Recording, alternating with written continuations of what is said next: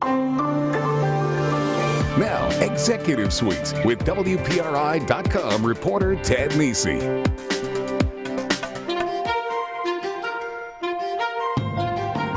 Another week, another report on Rhode Island's economic problems. This time, it's Senate President Teresa Paiva-Weed weighing in.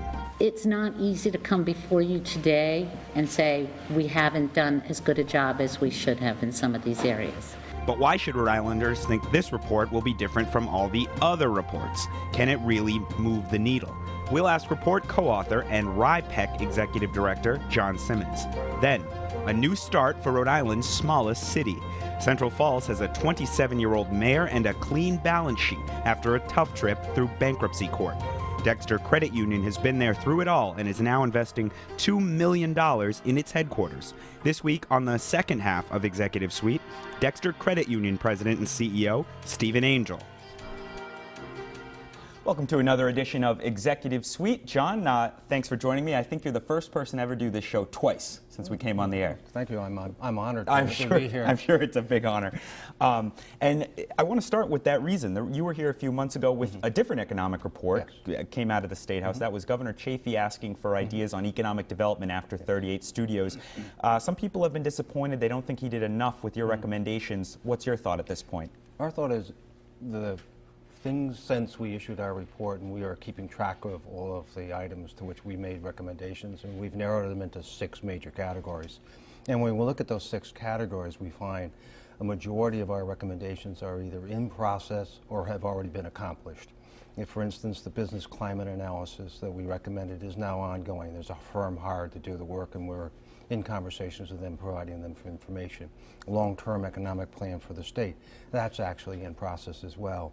The EDC reforms that we recommended as well, if one looks at the record over the last several months, almost every recommendation, save the name change, has been implemented by EDC. So there's actually a lot of momentum you see on the things, even if people didn't see a big dramatic rebranding at the front door of the EDC. Right. If you look at the underlying more systemic items that we suggested are being accomplished by the administration now, whether EDC or through statewide planning. And we're comfortable that those will begin, along with the other work that we're talking about, moving the needle. We'll actually have some real fruitful results from the work that we've done and others are doing. You mentioned moving the needle. I want to turn to that now. This is a report for the Senate, and I want to play a clip of the Senate president who commissioned this report. You worked on it with the Senate Policy Office. This clip is Senate President Teresa Paiva-Weed talking about the report, and she was kind of self-critical of lawmakers, and I want to hear what she has to say and then get your reaction. Let's take a listen to that.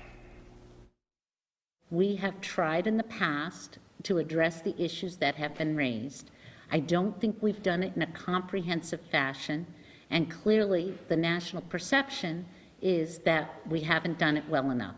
So today I come before you with a renewed sense of urgency, an acknowledgement and a commitment that we're going to work together to take what we've built on, acknowledge that we've done a lot of very good things, but move forward to do them better and to, as the report is entitled, move the needle. So move the needle, that's the report, and that's what she says. A renewed sense of urgency. Do you see that up there? You've been around these lawmakers a long time. Seems to be for a long while, yes. I think she's correct. I think there's been efforts in the past by, in particular, the Senate has passed and enacted a number of laws that have attempted to change the business climate with Rhode Island. We don't think it's worked. It has not been significant enough, comprehensive enough.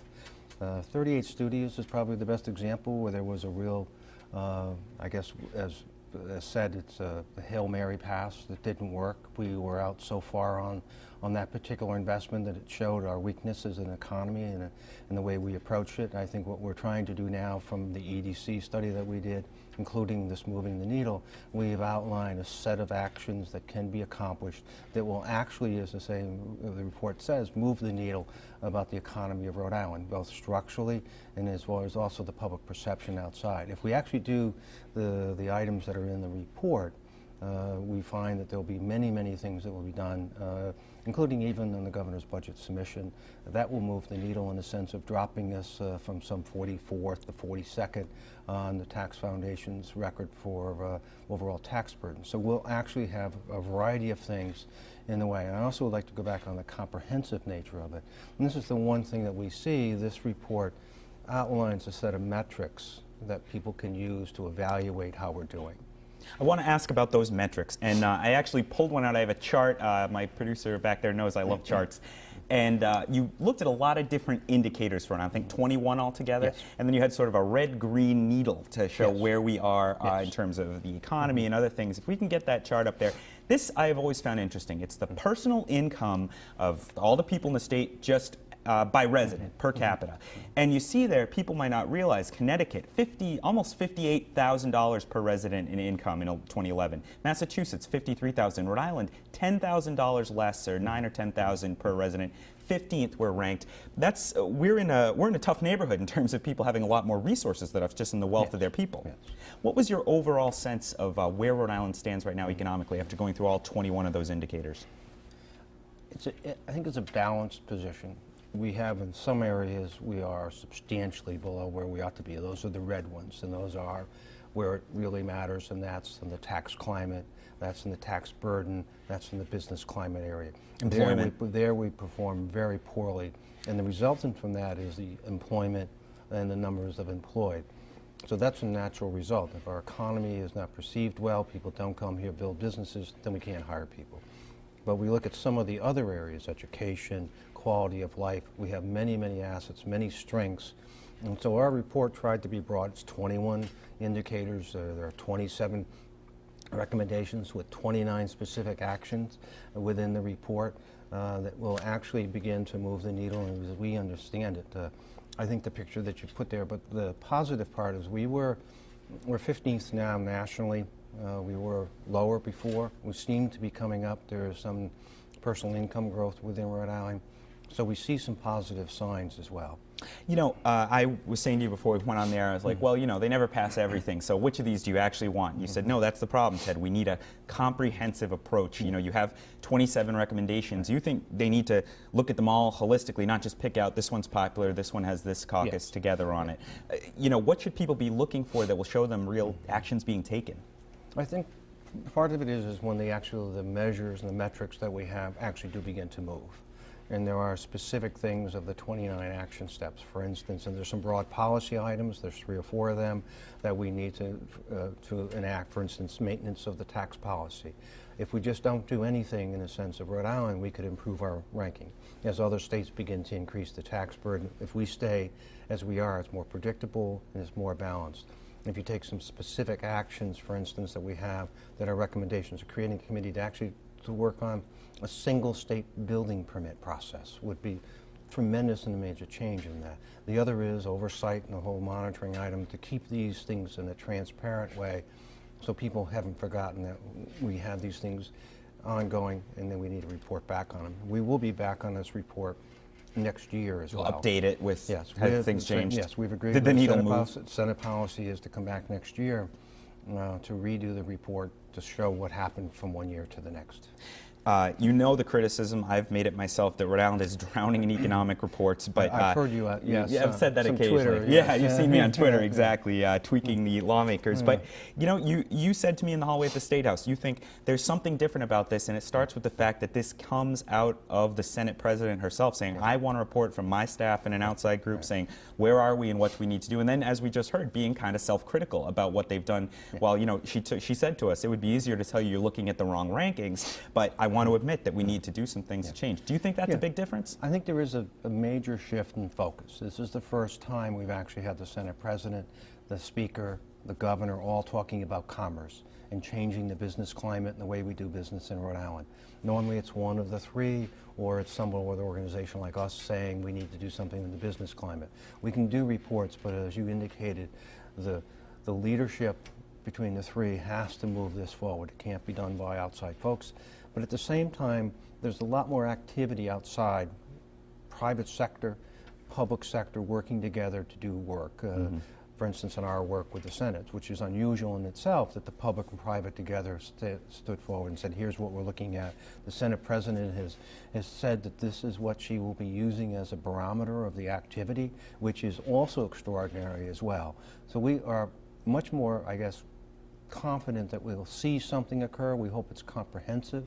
We don't want to have a single one answer, that's it. The corporate tax reduction is not the only issue that needs to be addressed. There are a whole host of items, regulatory issues.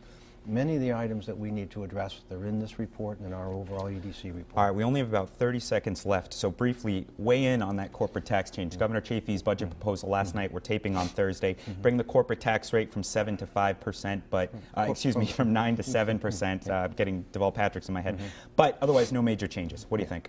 I think overall, it's a balanced budget, no broad-based tax or fees or other costs within it. Reduction of the corporate tax from 9 to 7 over a 3-year period sends a message to where that Rhode Island is now more interested in changing the business climate. Major part of business climate is the cost of doing business. That will be a reduction in the cost of doing business within the state. There are other items in there on investments that we look forward to as well. There are some other changes on the employment and unemployment categories that we look to as well. The educational investment is one as well. There are some issues that we're looking at. We have some issues on the outer year deficits. Still large deficits projected. Yeah, they're soft, but we believe that will come more in discussions when it goes before the House and the Senate. All right, well, we have to take a break. John, thank you for being here. Maybe you'll be the perfect person to do 3 episodes. When we come back, what's it like to be the banker in a bankrupt city? We'll ask Dexter Credit Union CEO Stephen Angell. Stick with us on Executive Suite.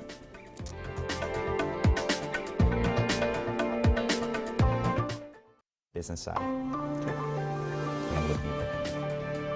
Welcome back to Executive Suite. I'm Ted Nisi. Joining me now is Dexter Credit Union President and CEO Stephen Angell.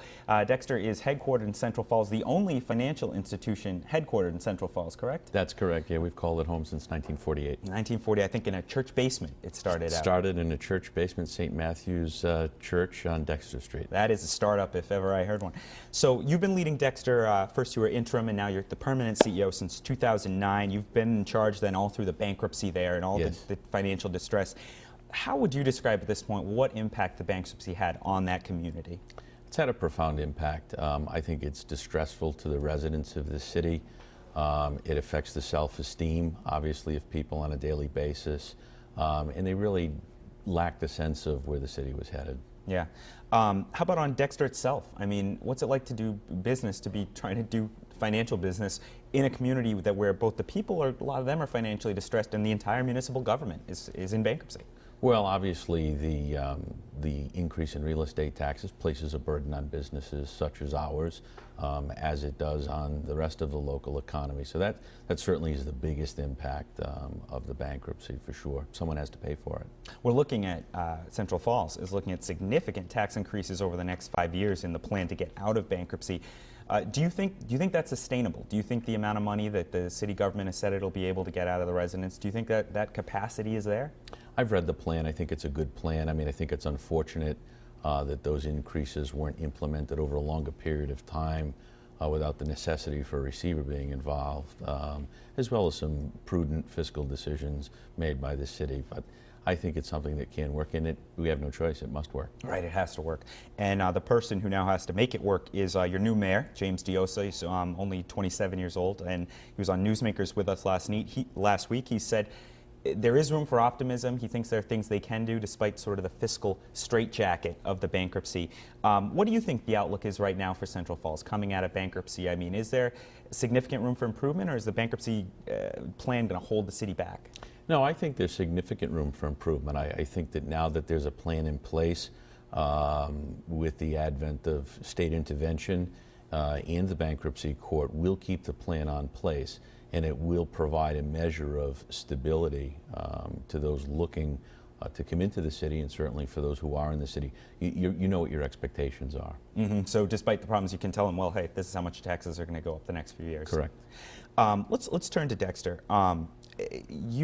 Central Falls is now 60% Hispanic, and I'm sort of interested, has the institution had to change over the years to reflect the demographics of the people who are in Central Falls, who are going to be your potential customer? How have you adapted to that? It's an interesting question. It's a question that Dexter Credit Union has adapted to for almost 65 years. The credit union movement is an immigrant movement. The French Canadians started the movement. It migrated into the United States. Large Polish, Syrian, Lebanese and French-Canadian constituency in Central Falls for a good many years. And that's obviously changed. And so now we're serving a different immigrant base in Central Falls. And of course, the bankruptcy wasn't the only financial situation. We had a global financial crisis in 2007 and 2008. Did the banking crisis impact? Do you think of it as impacting Goldman Sachs, JP Morgan, the big global banks? But at the level you guys are at, have you seen changes in your business because of the financial crisis? Without question. My senior management team is comprised of 2 individuals who've been in the banking business for well over 80 years combined. And at no point in their careers have they seen a situation where your residential real estate portfolio and your investment portfolio, the margins on those have been so squeezed at the same time. And that creates real earnings pressure for institutions of our size. And then you lay on top of that you're literally doing business in the worst economy in the country. And in the worst, in the most distressed city in the Northeast. Yeah, and I think that's part of why I was interested to have you on, because Dexter's not only made it work, but you're investing in a new headquarters. We're going to talk about that in a little while. But I'm curious, PBN, Providence Business News, my alma mater in news, had you on their list of the fastest growing businesses in Rhode Island. Where are you finding growth with all the pressures you just mentioned? What's leading that? Well, you have growth on the deposit side, certainly, and I think, we have made inroads to help people on the mortgage side. And I think when people like your product and they like what you're doing and they like many of the changes that we've made, we have been able to grow. So I'm very pleased with that. What sort of changes? We have truly undertaken a reinvention of Dexter Credit Union. Through the advent of the financial crisis, we needed to change our asset mix, we needed to change our philosophy, we needed to change our mode of customer service, we needed to modernize technology and infrastructure, and we have either done it or in the process of doing it. Is that something most of the credit unions are going through? I think their margins are being squeezed as well as all of your banking industry on the level that services Mr. and Mrs. America, certainly. Yeah. All right, when we come back, we got to take another break. We're going to talk about what makes a credit union different from a bank, the old riddle we all maybe wonder about. Stick with us on Executive Suite.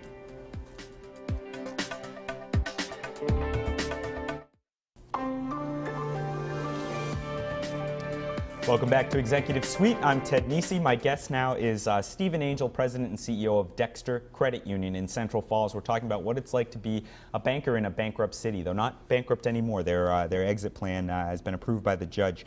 I want to talk, though, about banks versus credit unions. I have a decent sense of it from my days as a financial reporter, but I imagine, like me, a lot of people get kind of confused. What is the difference? Why isn't we just give you our money and you hopefully hold on to it?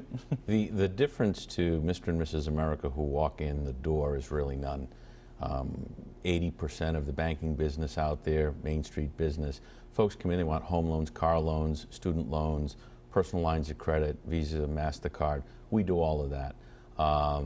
But it's more the differences in the business side, the larger business loans, smaller business loans. That's what drives the economy in Rhode Island. We do that, as do other credit unions and small banks. But the real difference, we have shareholders, they have stockholders.